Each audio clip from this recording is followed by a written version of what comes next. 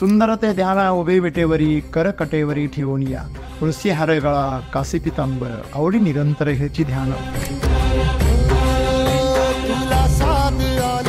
मित्र, संपूर्ण महाराष्ट्र से देशाला लागलेलं हे जे ध्यान गेले महिनाभर आळंदीवरून संत ज्ञानेश्वर माऊलींची आणि देहूवरून संत तुकाराम महाराजांची पावली यांच्या समवेत संपूर्ण महाराष्ट्रातून आणि देशातून विविध देवी देवतांची संस्थांची संतांची अलखी आहे।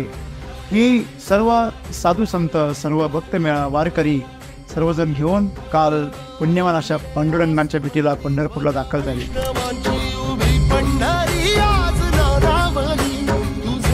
आणि आज तो आनंदाचा दिवस आषाढी एकादशी, ज्या दिवशी सर्व संतांचा मेळा पंढरपूरमध्ये पांडुरंगाच्या चरणी दाखल होतो आणि आनंद सोहळा साजरा करतो।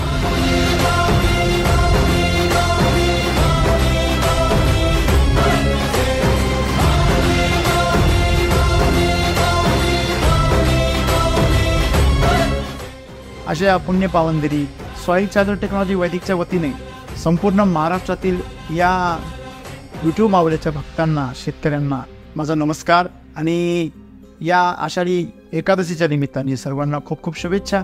येणारं जे वर्ष आहे या बळीराजासाठी निश्चितच चांगलं जाईल।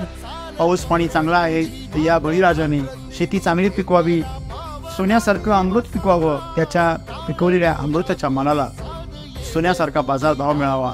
येणारी दिवाळी प्रत्येक शेतकऱ्याची आनंदाची उत्साहाची साजरी व्हावी। ज्याप्रमाणे आज वारकरी अतिशय निस्वार्थ मनाने अत्यंत पवित्र अशा अंतकरणाने त्या माऊलीला आज त्या ठिकाणी भेटायला गेले आणि तिच्या चरणी त्यांनी संपूर्ण आपलं सगळं भावभक्ती वाहून टाकलेली आहे। माझ्या शेतकऱ्याने आपली संपूर्ण मेहनत, आपली संपूर्ण जीवनाची जी काही पुंजी आहे ते आपल्या या माय माऊलीसाठी अर्पण केलेले, त्याचं कल्याण व्हावं असे आशीर्वाद नक्कीच हा पांडुरंग आपल्या सर्वांना देईल असे मी आजच्या या पवित्र दिनी प्रार्थना करतो।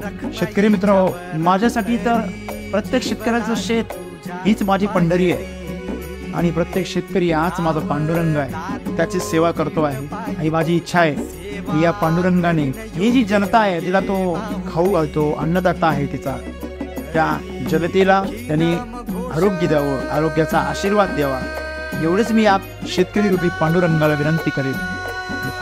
धन्यवाद। पांडुरंगा हरी।